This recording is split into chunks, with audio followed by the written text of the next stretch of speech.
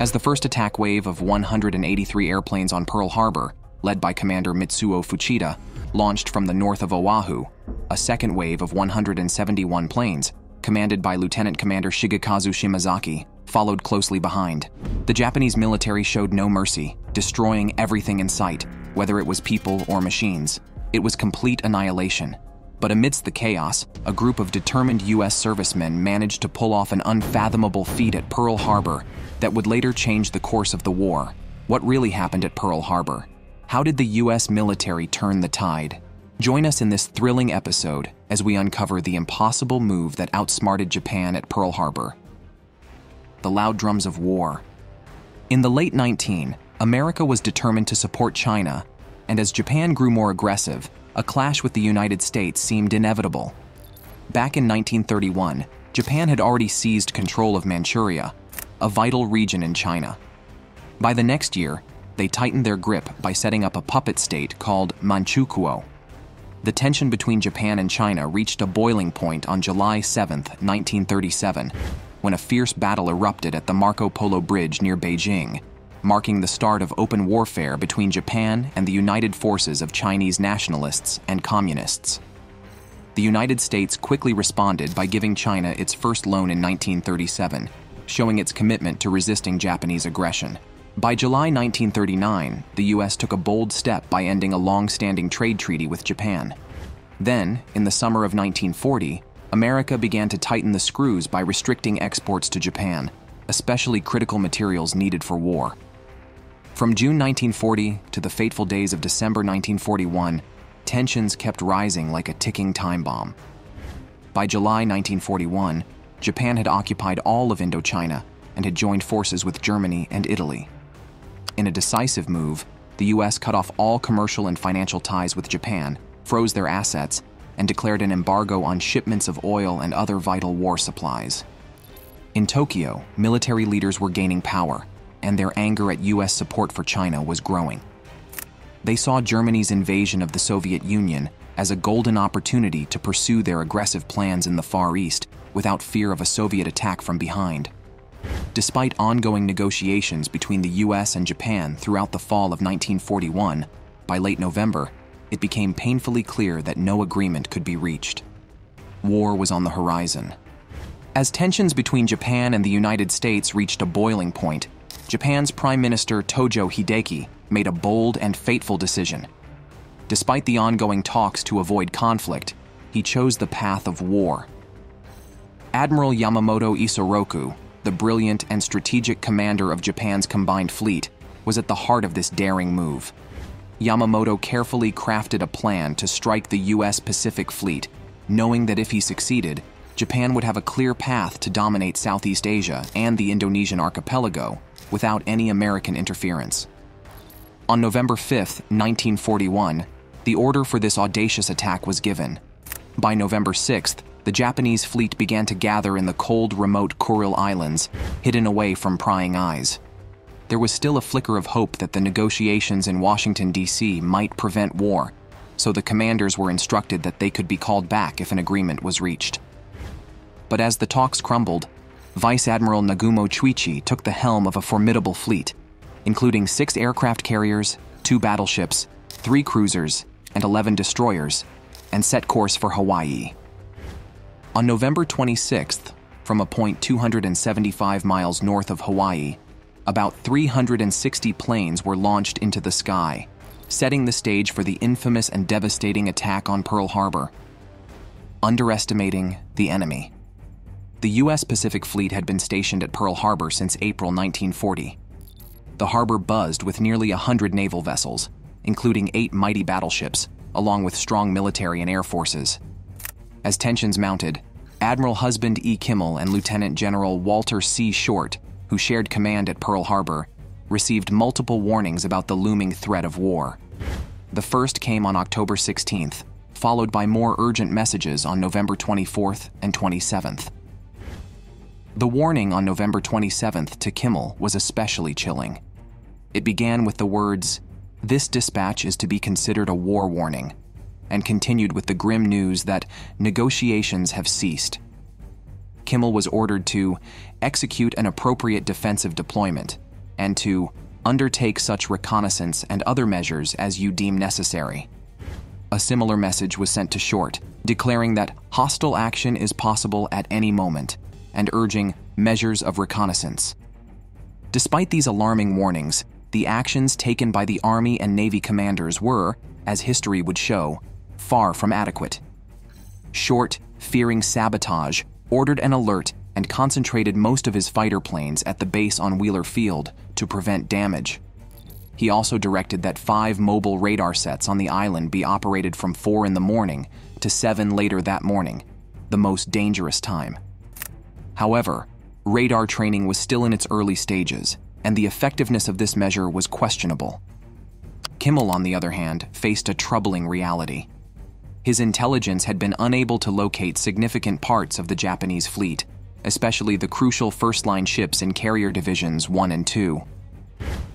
Yet, he did not expand reconnaissance activities to the northwest, the most likely direction for an attack. Instead, he moored the entire fleet in the harbor, except the ships already at sea, and even allowed some of his personnel to go on shore leave. Neither Kimmel nor Short suspected that Pearl Harbor itself would be targeted. Even their superiors in Washington seemed oblivious to the impending danger.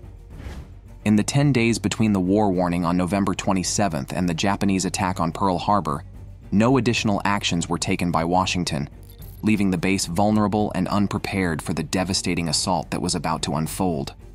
Early on Sunday morning, December 7th, tension gripped Washington. The news came in that Japanese ambassadors had been ordered to meet with the Secretary of State at 7:30 that morning in Pearl Harbor time. This was a clear sign that war was near. But the message took time to decode, reaching the Chief of Naval Operations only around 3 hours later. It was delivered to the War Department sometime between 9 to 10 that morning. Meanwhile, General George C. Marshall, the U.S. Army Chief of Staff, was out horseback riding, unaware of the brewing danger. He didn't see the urgent dispatch until he returned to his office at around 11:15 that morning. Even then, Admiral Harold Stark, the Chief of Naval Operations, didn't think the message required any new orders for Admiral Kimmel in Pearl Harbor. But Marshall, sensing the escalating danger, decided to send a fresh warning. Fearing that his words might be intercepted, he chose not to telephone. Instead, he sent his message by telegram, but there was a mix-up in communication. The warning didn't reach Hawaii until after the attack had already begun. It's crucial to note that the message wasn't even sent until noon, just an hour before the Japanese planes began their deadly approach. Back at Pearl Harbor, there were small incidents that, if understood correctly, could have given a brief warning. 4 hours before the attack, a Japanese submarine was spotted by the minesweeper USS Condor. About 2.5 hours later, the commander of the destroyer USS Ward sent a message stating that he had attacked and fired upon a submarine operating in a defensive sea area near Pearl Harbor. While Admiral Kimmel waited for confirmation of this report, the Japanese launched their attack. During those tense morning hours, U.S. Army Private George Elliott, practicing on the radar set after its normal closing time, noticed a large group of planes on the screen. When he called his lieutenant, he was told to ignore it, as a flight of B-17 bombers from the United States was expected around that time. Yet again, a crucial opportunity was missed. Hell from Asia. At 7:55 that morning, the first Japanese dive bomber appeared over Pearl Harbor, shattering the calm of a Sunday morning. This was just the beginning. Nearly 200 aircraft, including torpedo planes, bombers, and fighters, followed in the first wave of the attack. Within minutes, the airfields at the base were under a brutal assault. The first group focused on battleships and aircraft carriers, including 49 Nakajima B-5N Kate bombers armed with heavy armor-piercing bombs and 40 more equipped with deadly torpedoes. The second group, aimed at Ford Island and Wheeler Field, included 51 Aichi D-3A Valdive bombers, each loaded with general-purpose bombs. The third group, tasked with attacking aircraft on the ground, included 43 Mitsubishi A6M0 fighters ready for air control and strafing. Because of General Short's anti-sabotage measures, the U.S. military aircraft were packed tightly together at the Naval Air Station on Ford Island and the nearby Wheeler and Hickam fields. This made them easy targets for the Japanese strafing runs. The destruction at Wheeler Field was particularly devastating. Out of 126 planes on the ground, 42 were destroyed, 41 were badly damaged, and only 43 remained serviceable. Just 6 U.S. planes managed to take to the sky to fight back during this first wave. In total, more than 180 American aircraft were destroyed in a matter of minutes. Meanwhile, a massive attack was launched against Admiral Kimmel's fleet. The ships anchored in the harbor were sitting ducks for the Japanese bombers. Since it was early on a Sunday, the ships were not fully manned, adding to the chaos. In the first 30 minutes of the assault, most of the battleships suffered crippling damage. The USS Arizona was hit and exploded with a tremendous blast, sending flames and debris skyward. The USS West Virginia, struck by bombs and torpedoes, sank to the bottom of the harbor. The USS Oklahoma, hit by 4 torpedoes within 5 minutes, rolled completely over, leaving its bottom and propeller exposed above the water. The USS California, flagship of the Pacific Battle Force, was torpedoed and slowly sank in shallow water after being abandoned. Even the target ship, USS Utah, was sunk. Nearly every vessel in the harbor was damaged in some way. The attack was brutal. Of the 49 armor-piercing bombs dropped by the first wave, only about 8 hit their intended battleship targets. Some bombs broke apart on impact, others exploded prematurely, and one was a dud. 13 of the 40 torpedoes found their mark on battleships, with 4 others striking different ships. The surprise was total. Men aboard the ships were jolted awake by alarms, bombs, and gunfire. They scrambled to their stations, dressing as they ran. The famous message, "Air Raid Pearl Harbor. This is not a drill," was sent from Patrol Wing 2 headquarters, the first command to respond. The American forces were caught off guard. Ammunition was locked away, aircraft were parked wingtip to wingtip to prevent sabotage, and guns were unmanned. Despite the chaos, many servicemen responded with bravery. Ensign Joseph Taussig Jr., aboard the USS Nevada, took command of the ship's anti-aircraft guns and was severely wounded but remained at his post. Lieutenant-Commander F.J. Thomas managed to get the USS Nevada underway until it was grounded to avoid sinking. The destroyer, USS Aylwin, set off to sea with only 4 officers aboard, all of them ensigns with little experience. They kept the ship at sea for 36 hours before their commanding officer could return. Captain Mervyn Bennett, commanding the USS West Virginia, led his men with courage until he was fatally injured by bomb fragments. Though the anti-aircraft crews on the ships and Army personnel on the ground responded quickly, firing with whatever they had, the sheer force of the Japanese attack was overwhelming. The attackers were relentless, and the damage inflicted on Pearl Harbor was catastrophic. By 8:50 that morning, the second wave of the attack on Pearl Harbor began. Although less successful than the first, it still inflicted heavy damage. This wave consisted of 171 planes, led by Lieutenant-Commander Shigekazu Shimazaki. 4 planes didn't make it due to technical issues, but the remaining planes were divided into 3 groups, each with a deadly mission. The first group included 54 B-5N bombers, armed with general-purpose bombs. Half of them targeted aircraft and hangars at Kainohe, Ford Island, and Barbers Point, while the other half aimed for hangars and planes at Hickam Field. The second group, made up of 78 D-3A dive bombers, set their sights on aircraft carriers and cruisers. The third group, consisting of 35 A-6M fighters, was tasked with defending the bombers and strafing any remaining aircraft on the ground. As the second wave approached, they attacked from multiple directions, almost simultaneously, overwhelming the defenses. The battleship USS Nevada, already hit by a torpedo in the first wave, was trying to get underway. Its position at the end of Battleship Row gave it some room to maneuver, but as the second wave struck, it was bombarded with 7 or 8 more bombs and was eventually grounded at the head of the channel. The battleship USS Pennsylvania was hit hard, engulfed in flames, and the 2 destroyers moored nearby were reduced to wreckage. The destroyer USS Shaw suffered a catastrophic explosion that split it in 2. Shortly after 9, the Japanese planes began to withdraw, leaving behind a scene of devastation.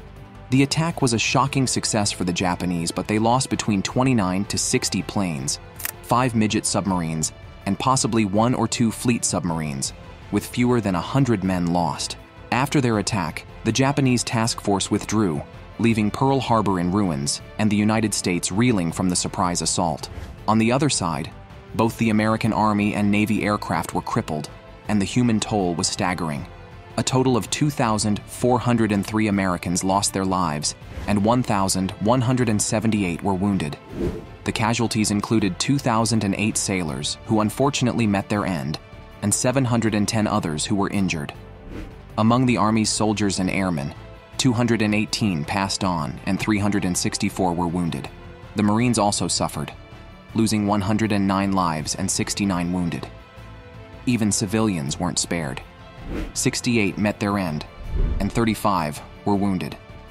The attack left 18 ships sunk or run aground, including 5 battleships. The scale of destruction was unimaginable, especially considering that all those killed or wounded were legally non-combatants, as the United States was not yet at war when the attack occurred.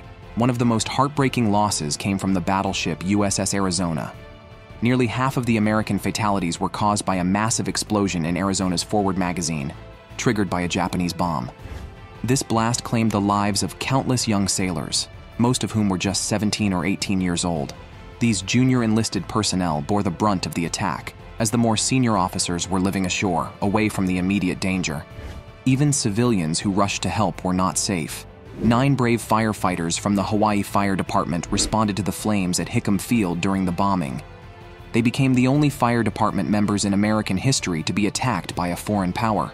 Tragically, 3 of them, Fireman Harry Tuck Lee Pang, Captain Thomas Macy, and Captain John Carrera, lost their lives. They were struck down by machine gun fire and bombs while trying to save others. 6 more firefighters were wounded by shrapnel. The Hail Mary for vengeance. Amid the chaos, the first major American ship to break free from the burning harbor was the cruiser USS St. Louis, with Lieutenant Charles A. Kurtz on board. At the time of the attack, the USS St. Louis was in the shipyard docks of the Southeast Lock. The ship was undergoing top-secret radar installation, her superstructure covered in scaffolding, and her engines cold. Unprepared for the sudden need to set sail, a steel gangplank was welded between the St. Louis and the USS Honolulu, further complicating their escape. When the first Japanese bombs fell, the crew of the St. Louis sprang into action.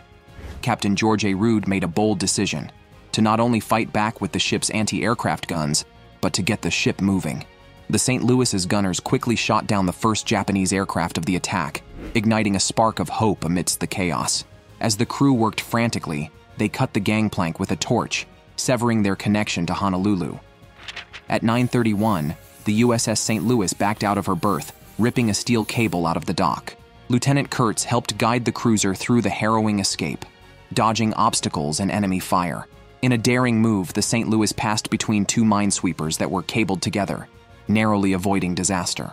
With flames and smoke rising from the nearby battleships, the St. Louis turned hard left, passing the burning remnants of Battleship Row. She moved at nearly 22 knots, racing toward the open sea. But the danger was far from over. A Japanese miniature submarine fired 2 torpedoes at the fleeing ship. In a stroke of luck, both torpedoes hit a coral shoal and exploded, sparing St. Louis from a deadly fate. By the time St. Louis reached the safety of the open ocean, she had earned her nickname, Lucky Lou. Had the Japanese succeeded in sinking a large ship in the channel, it could have blocked the harbor for months. Lieutenant Kurtz and the crew of the USS St. Louis had made a daring escape, narrowly avoiding disaster during the attack. Lucky Lou was not the only vessel to survive the attack. Amid the devastation of Pearl Harbor, a small glimmer of hope emerged. Thanks to the decisions made by Admiral Kimmel, 2 crucial U.S. aircraft carriers were not in the harbor that fateful day. The USS Enterprise, under the command of Admiral William F. Halsey, was on a mission to reinforce the Wake Island garrison with Marine planes and aviators. Similarly, the USS Lexington was ferrying Marine dive bombers to Midway. These operations also kept 7 heavy cruisers and a division of destroyers out at sea, far from the devastation. The Enterprise had been scheduled to return to Pearl Harbor on December 6th, but bad weather delayed its arrival. A third carrier, the USS Saratoga, was safely in San Diego on the morning of the attack, embarking a fresh squadron of aircraft. As the smoke of battle began to settle over Pearl Harbor on that fateful day, a tense discussion unfolded among the Japanese commanders. Some junior officers, including Fuchida and Genda, urged Vice Admiral Nagumo to launch a third strike. They believed that a final assault could sink more of the remaining warships and destroy the base's vital maintenance shops, dry dock facilities, and oil tank yards. Fuchida, in particular, recounted these tense moments after the war, insisting that he had pushed for the additional attack. However, some historians have questioned his accounts, noting inconsistencies with other historical records. Genda, who had initially argued that 3 strikes were necessary to fully disable the Pacific Fleet, denied ever requesting another attack. Yet, there was no doubt that the captains of the other carriers in the task force were ready and eager to strike again. They reported their readiness shortly after the second wave returned. Despite their willingness, Nagumo hesitated. The tension was palpable as he weighed the risks. By the time the second wave hit, American anti-aircraft fire had become much more accurate, leading to heavy Japanese losses. Nagumo feared that a third strike could cost him even more planes, too much to risk with so much of the fleet's strength already in action. The location of the American carriers remained a mystery, adding another layer of uncertainty. If the United States still had operational planes, they could launch a counterattack at any moment. Moreover, the logistics of a third strike were daunting. The task force's fuel reserves were dwindling, and remaining in enemy waters any longer could force Nagumo to abandon his destroyers on the journey home. The time needed to prepare for another wave would mean the planes would have to land at night, a risky maneuver the Japanese were not fully equipped to handle. Ultimately, Nagumo decided to withdraw. He believed the mission had already achieved its main goal, neutralizing the U.S. Pacific Fleet, and according to Japanese naval doctrine, conserving strength was often valued over destroying the enemy. With this in mind, Nagumo chose to preserve what was left of his force rather than risk it all for a potentially costly third strike. Military historians believe that if the Japanese had focused this hypothetical third strike on the remaining warships, it could have crippled the fleet. But the real damage would have come from targeting the shore facilities. These vital dockyards, maintenance shops, and oil tanks were the lifeblood of the Pacific Fleet. Destroying them would have brought the American war effort to a standstill. Admiral Chester W. Nimitz, who would later lead the Pacific Fleet, believed that if these facilities had been wiped out, serious American operations in the Pacific would have been delayed by over a year, and the war could have dragged on for another 2 years. The following morning, aboard his flagship, Yamamoto, the mastermind behind the attack, held a tense conference. His commanders, especially Nagumo, were anxious about the risks of launching another wave of attacks. In the end, Yamamoto supported Nagumo's decision to withdraw without a third strike. In hindsight, this decision spared the vital shore facilities, allowing the United States to recover and respond more quickly in the Pacific. But the weight of this decision would haunt Yamamoto. Looking back, he realized that sparing those vital facilities was a grave mistake. He would later admit with deep regret that not ordering a third strike had been one of the greatest errors of the war. The missed opportunity would echo through history as a moment when the outcome of the conflict could have been very different. On December 8th, with emotions running high, Congress declared war on Japan. The attack on Pearl Harbor had awakened a sleeping giant, the War Room. In the tense days following the attack on Pearl Harbor, President Franklin D. Roosevelt knew that America needed a bold response to lift the nation's spirits. On December 21, 1941, in a crucial meeting at the White House, he spoke to the Joint Chiefs of Staff. His message was clear.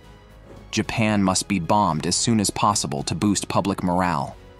Among those who understood the gravity of this mission was Jimmy Doolittle, a famous military test pilot and aeronautical engineer.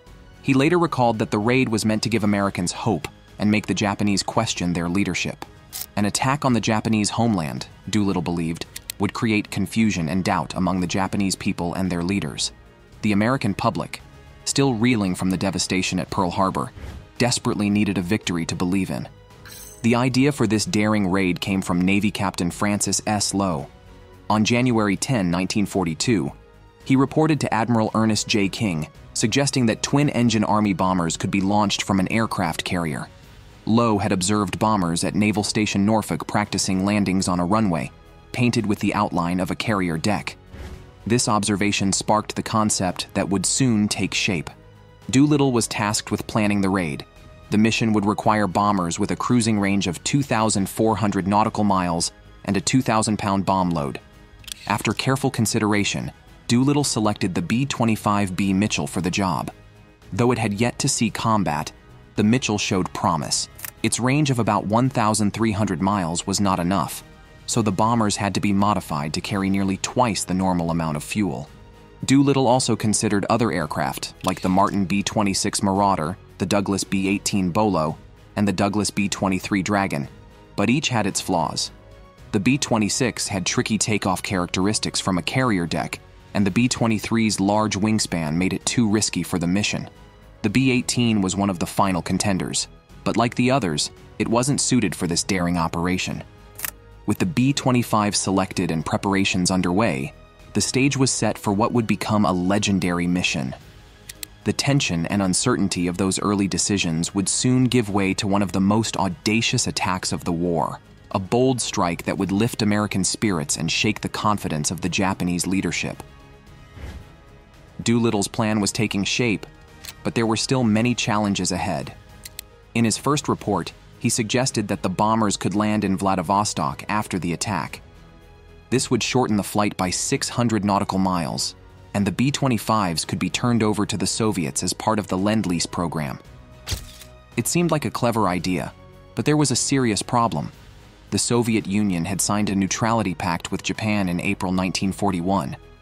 Despite negotiations, they refused to allow the American bombers to land on their soil. With the Soviet option off the table, Doolittle turned to China.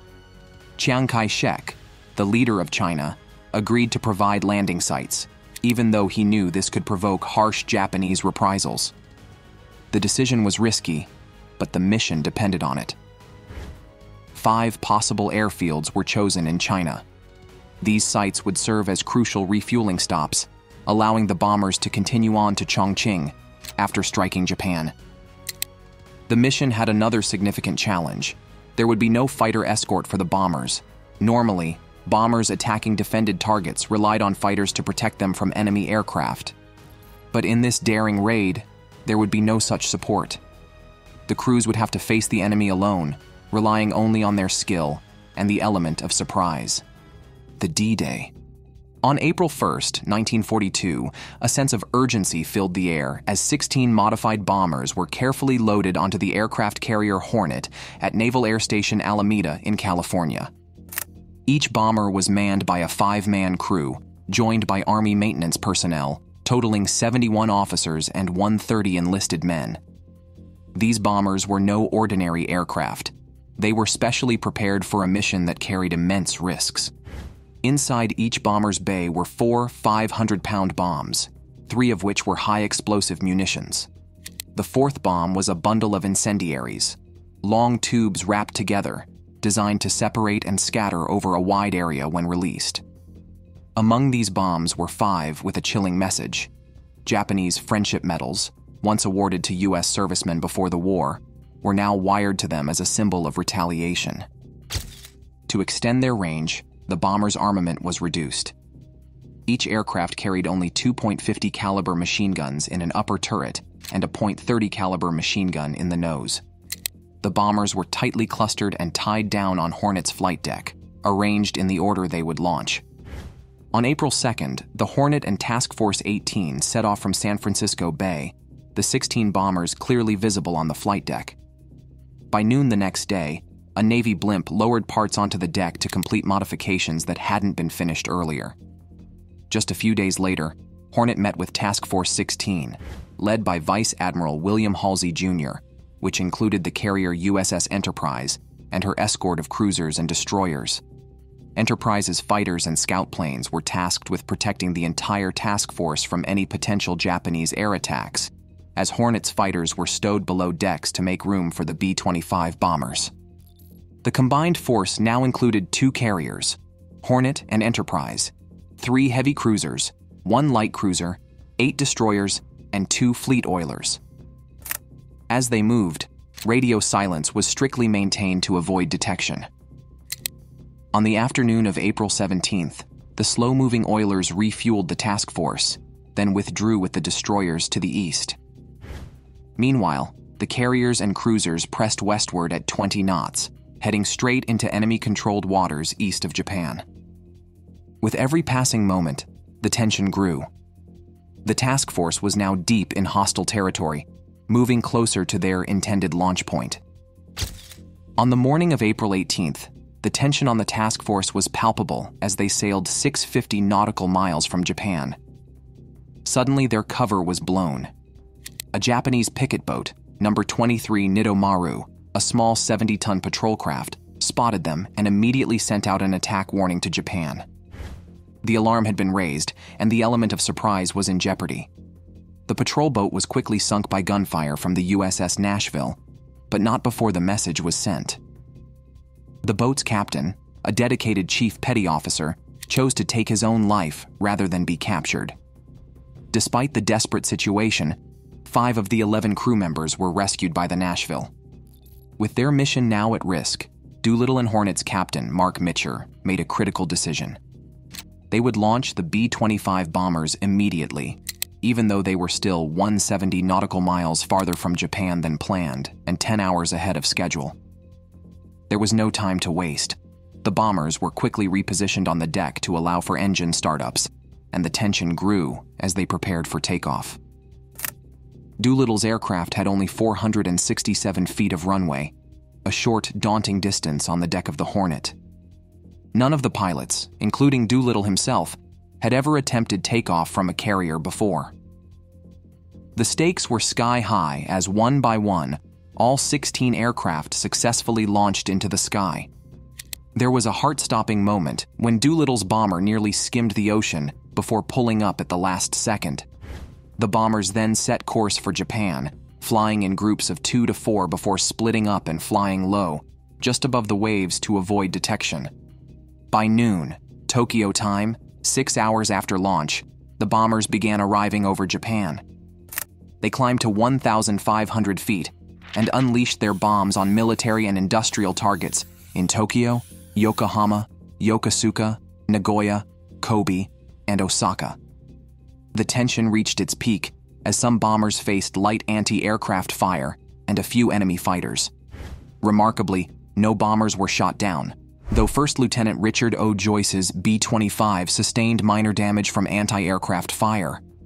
One bomber, piloted by First Lieutenant Everett W. Holstrom, had to jettison its bombs early after coming under attack, with its gun turret malfunctioning. The Americans claimed to have shot down 3 Japanese fighters, with one taken out by the gunners of the Whirling Dervish, piloted by First Lieutenant Harold Watson, and 2 by the gunners of the Harikari Air, piloted by First Lieutenant Ross Greening. As the bombers strafed their targets with machine gun fire, the tension of the mission eased slightly. Doolittle later remarked that the simulated gun barrels mounted in the tail cones had been effective, as no planes were attacked directly from behind. The mission was a success, but the journey was far from over.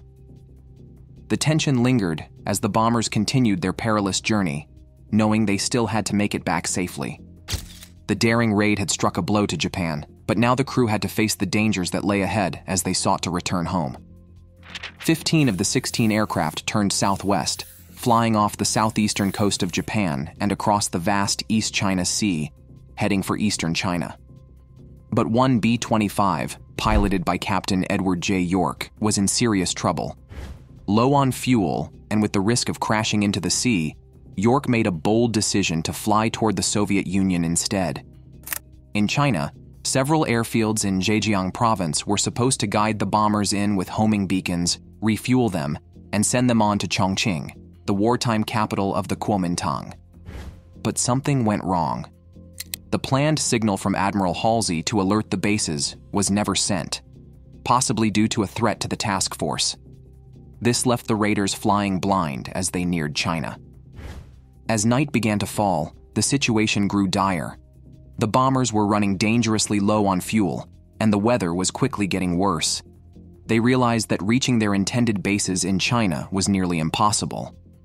A strong tailwind, thankfully, pushed them faster than expected, increasing their ground speed by 29 miles per hour for 7 crucial hours.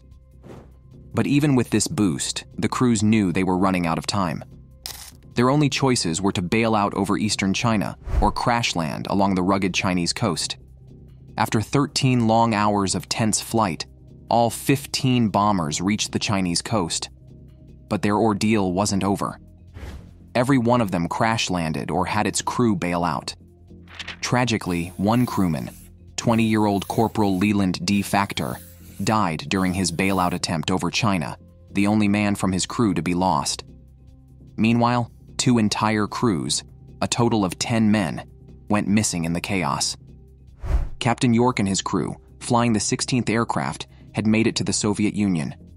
They landed 40 miles beyond Vladivostok at a place called Vozdvizhenka. However, the Soviet Union was not at war with Japan, and their neutrality pact meant that the Soviet government couldn't officially return any Allied personnel who entered their territory. The Soviet Far East was also vulnerable to Japanese military action, making the situation even more delicate. York and his crew were interned, and their B-25 was taken by the Soviets. Despite this, York later reported that he and his men were treated well by Soviet authorities. Months later, the crew was moved to Ashgabat in what was then the Turkmen Soviet Socialist Republic, close to the Soviet-Iranian border. In mid-1943, they finally crossed into Allied-occupied Iran and presented themselves at a British consulate on May 11, 1943.